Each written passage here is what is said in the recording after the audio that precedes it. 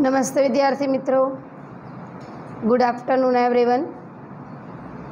विषय हिंदी, इकाई नंबर 9, ममता। इस इकाई में हमने देखा कि चूड़ामणि रोहतास दुर्ग के मंत्री थे। दुर्ग पर शेरशाह अधिकार करना चाहता था। चूड़ामणि का मंत्री पद उनसे छीनने वाला है। उन्हें अपनी बेटी ममता के भविष्य की चिंता होती है। क्योंकि वह ममता जो थी वह विधवा है।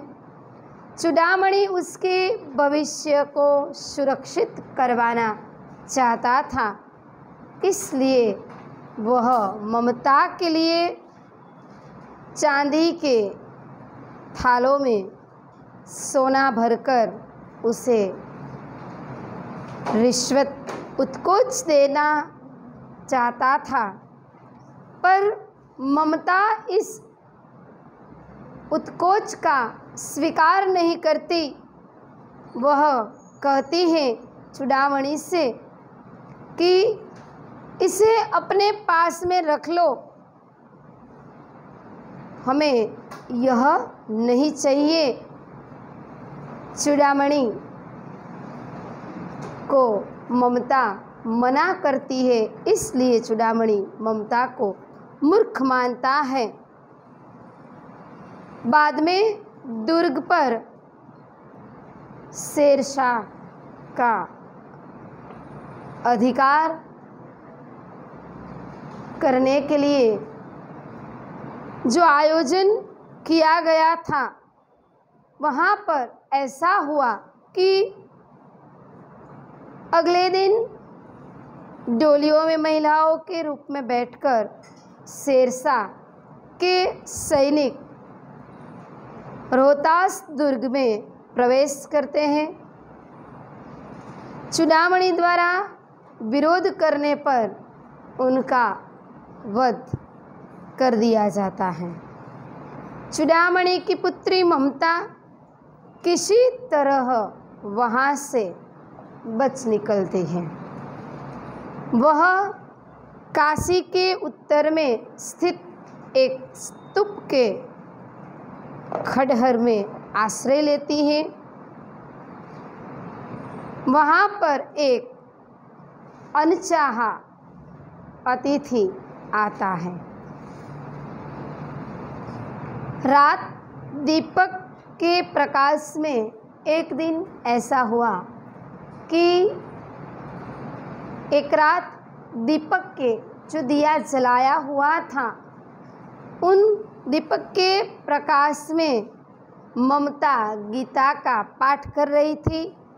उसी समय एक भीषण और हताश व्यक्ति उसकी झोपड़ी के द्वार पर आकर खड़ा हो जाता है। वह मुगल बादशाह हुमायूं था। चौसे के युद्ध में शेरशाह से पराजित होकर वह जान बचाने के लिए भाग निकला था। वह बहुत प्यासा और थका हुआ था। ममता ने पानी पिलाकर उसके प्राण बचाए थे। उनको बहुत प्यास लगी थी, उसका गला सूख रहा था। सब साथी उनसे छूट गए थे। मैं बहुत थका हूँ, मुझे यहाँ पर एक दिन के लिए आप जगा दो, ऐसा वह कहता है।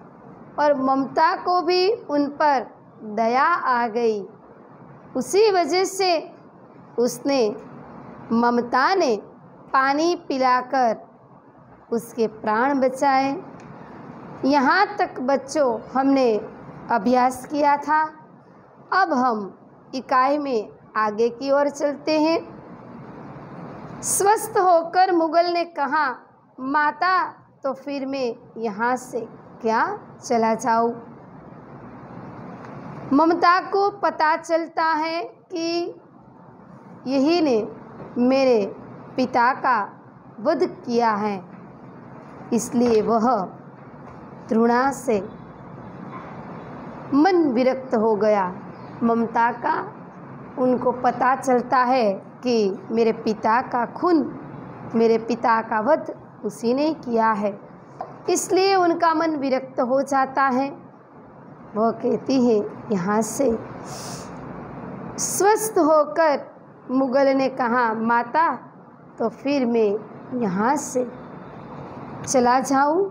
स्त्री विचार कर रही थी, मैं ब्राह्मणी हूँ, मुझे तो अपना धर्म अतिथि का सत्कार का पालन करना चाहिए, परंतु यहाँ नहीं, ये सब दया के पात्र नहीं, परंतु यह दया तो नहीं, कर्तव्य करना है। तब मुगल अपनी तलवार टेक कर उठ खड़ा हुआ। ममता ने कहा, क्या आश्चर्य है कि तुम भी छल न करो, ठहरो। क्या हुआ कि ममता मुगल को कहती है कि तुम भी छल न करो, क्या आश्चर्य है ऐसा, ठहरो। क्या आश्चर्य है कि तुम भी छल न करो, तुम भी कपट न करो, ऐसा हो सकता है। छल नहीं, तब नहीं। स्त्री चाहता हूँ तैमूर का वंशधर स्त्री से छल करेगा। क्या कहता है कि तैमूर का वंशधर स्त्री का छल करेगा।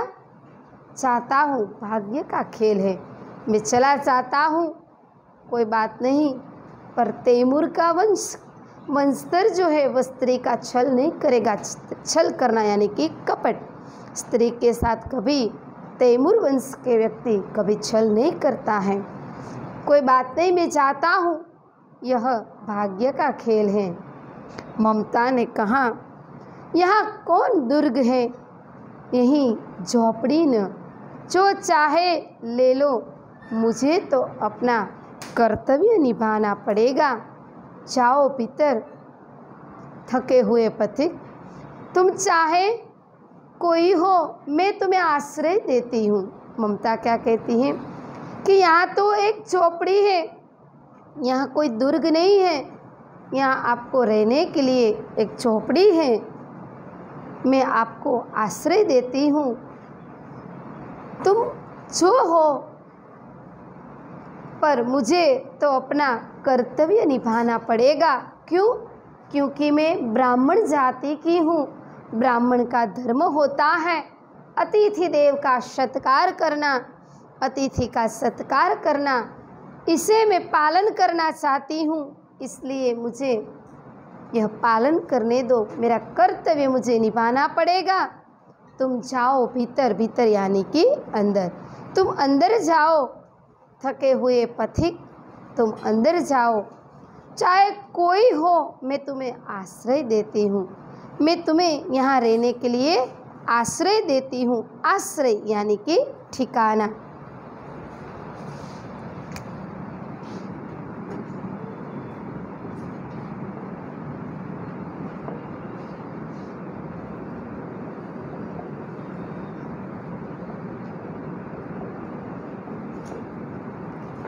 आश्रय, आश्रय यानी कि ठिकाना, आसरा।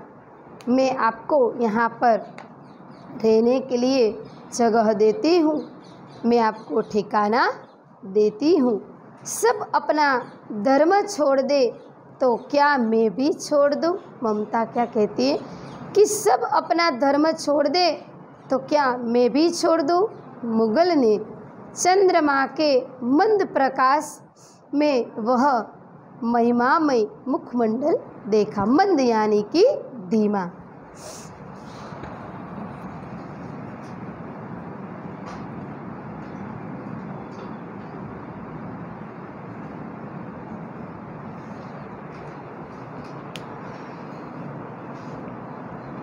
सब अपना धर्म छोड़ दे तो क्या मैं भी छोड़ दूँ। मुगल ने चंद्रमा के मंद प्रकाश यानी कि धीमा प्रकाश में वह महिमामय मुखमंडल देखा।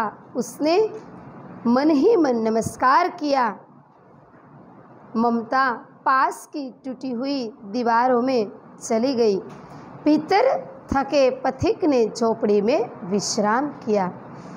ममता वहीं पास में टूटी हुई झोपड़ी, टूटी हुई दीवार थी, उसमें चली गई और भीतर थके पथिक ने झोपड़ी में विश्राम किया। वह बाहर चली गई और जो पथिक आया था वह पथिक को झोपड़ी के अंदर उसने जाने के लिए कह दिया। प्रभात में खड़हर की संधि से ममता ने देखा। प्रभात यानी कि सुबह होते ही वहाँ पर ममता ने देखा जहाँ पर मुगल झोपड़ी के अंदर सोया हुआ था सैकड़ों अश्वारोही, अश्वारोही यानी कि घुड़सवार।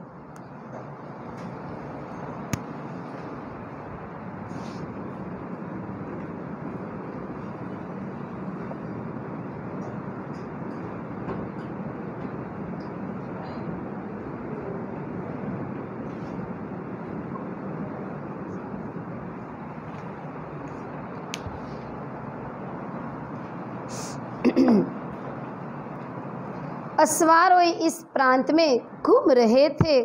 कितने सारे अश्वारोही घोड़े को लेकर, अश्व को लेकर घूम रहे थे। प्रांत यानी कि यहाँ देश में, वहाँ पर जगह पर वह घूम रहे थे। वह अपनी मूर्खता पर स्वयं को कोसने लगी। प्रांत यानी कि प्रदेश में, अश्वारोही इस प्रदेश में घूम रहे थे। प्रांत, प्रांत यानी कि प्रदेश। कौन से प्रदेश में? जहाँ पर मुगल छिपा हुआ था, इस प्रदेश में वह घूम रहे थे। वह अपनी मूर्खता पर स्वयं को कोसने लगी। एकाएक झोपड़ी से निकलकर उस पथिक ने कहा, मिर्जा मैं यहाँ हूँ। शब्द सुनते ही प्रसन्नता की चित्कार ध्वनि से वह प्रांत गूंज उठा। चित्कार ध्वनि यानी कि प्रसन्नता भरी आवाज़, प्रसन्नता भरी आवाज़ से वह प्रदेश गूंज उठा। ममता अधिक भयभीत हुई। पथिक ने कहा, वह स्त्री कहाँ है? उसे खोज निकालो। ममता छिपने के लिए अधिक सचेष्ट हो गई। सचेष्ट यानी कि सावधान।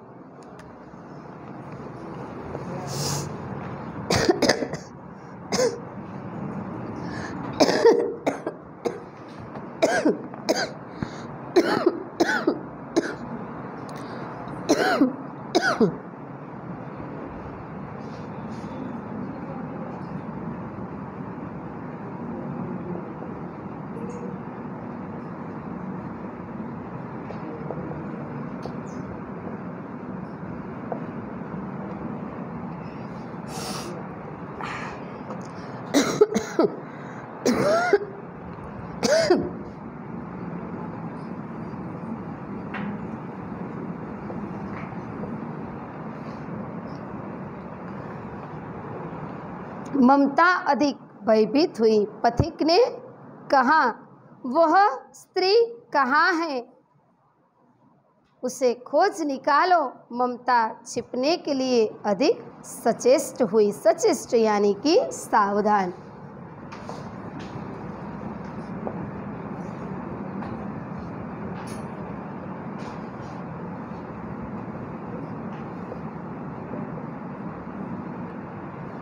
बाहर से आवाज आया। आवाज आते ही ममता सावधान हो गई। वह मृगदाव में चली गई। मृगदाव यानी कि शिकारियों से बचने के लिए मृगों के छिपने का वन होता है, उसे क्या कहा जाता है? मृगदाव। उसमें वह चली गई। दिन भर उससे न निकली। वहाँ से दिन भर वह निकली नहीं। संध्या हो गई। वे लोग जाने लगे। ममता ने सुना पथिक घोड़े पर सवार होते हुए कह रहा था, मिर्जा स्त्री को मैं कुछ दे न सका उसका घर बनवा देना, क्योंकि मैंने विपत्ति में यह विश्राम पाया है, यह स्थान भूलना मत।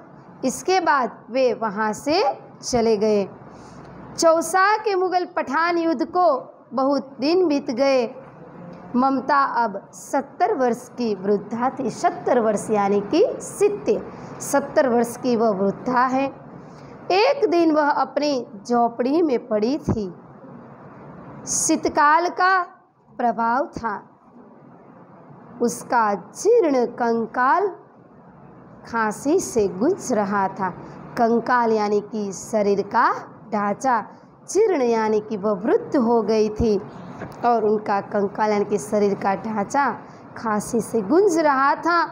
ममता की सेवा के लिए गांव की 2-3 स्त्रियां घेर कर बैठी थी। ममता के आसपास गांव की 2-3 स्त्रियां उनके आसपास उसकी सेवा के लिए बैठी थी, क्योंकि ममता आजीवन सबके सुख दुख की सहभागिनी रही थी।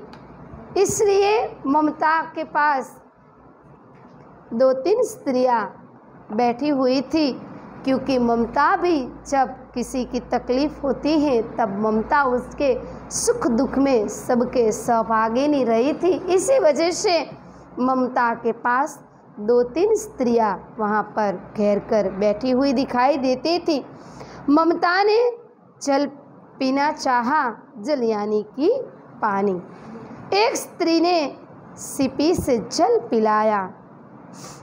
सहसा एक अश्वारोही उसी झोपड़ी से द्वार पर दिखाई पड़ा। सहसा यानी कि अचानक एक अश्वारोही यानी कि घोड़े सवार इस झोपड़ी के पास आकर दिखाई पड़ा। वह अपनी धुन में कहने लगा, मिर्जा ने जो चित्र बना कर दिया है वह तो इसी जगह का होना चाहिए।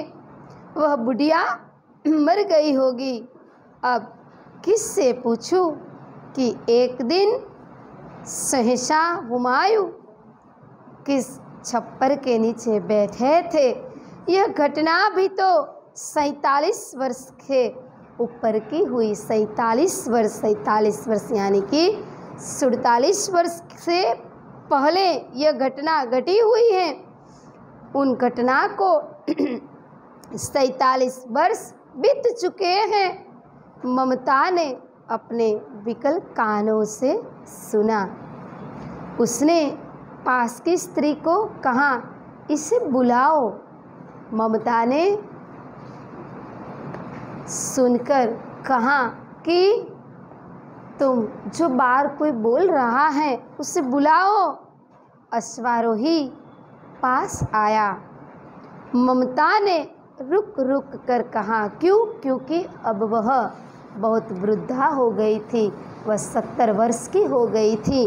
70 यानी कि वह 70 वर्ष की हो गई थी, इसलिए वह बहुत बोल नहीं सकती थी। वह रुक रुक कर बोलती है, मैं नहीं जानती कि वह शेरशाह था या साधारण मुगल। मैं वह नहीं जानती थी कि वह मेरे घर पर जो आश्रय लेने आया था ना, वह कौन था, शेरशाह था या मुगल था। पर एक दिन इसी झोपड़ी के नीचे वह रहा था। मैंने सुना था कि इसने मेरे घर बनाने की आज्ञा दी थी। भगवान ने सुन लिया। आज मैं इसे छोड़े चाहती हूँ। अब तुम इसका मकान बनाओ या महल।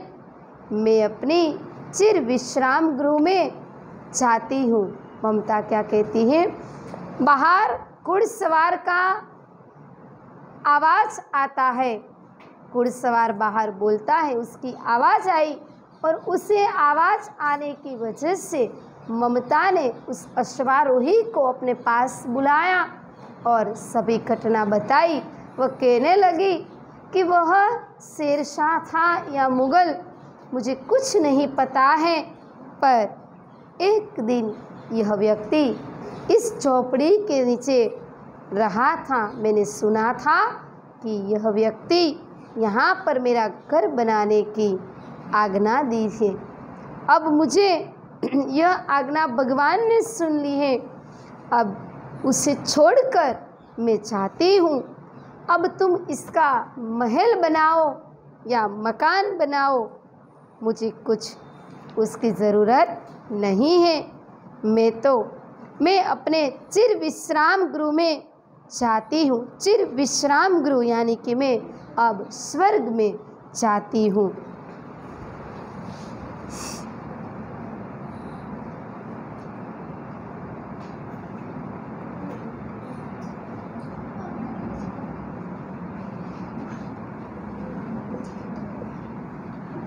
अब मैं स्वर्ग में जाती हूँ, तुम उसे इस जगह पर महल बनाओ या मकान, मुझे उनका कुछ काम नहीं। मैं अपने चिर विश्राम गृह में चाहती हूँ। बुढ़िया के प्राण पक्षी अनंत में उड़ गए, यानी कि ममता का मृत्यु हो गया। वह अश्वारोही अवाक खड़ा रह गया। वह अश्वारोही वहाँ पर अवाक होकर खड़ा रह जाता है। वहाँ एक अष्टकोण मंदिर बना और उस पर शिलालेख लगाया गया। 7 देशों के नरेश हुमायूं ने एक दिन यहाँ विश्राम किया था।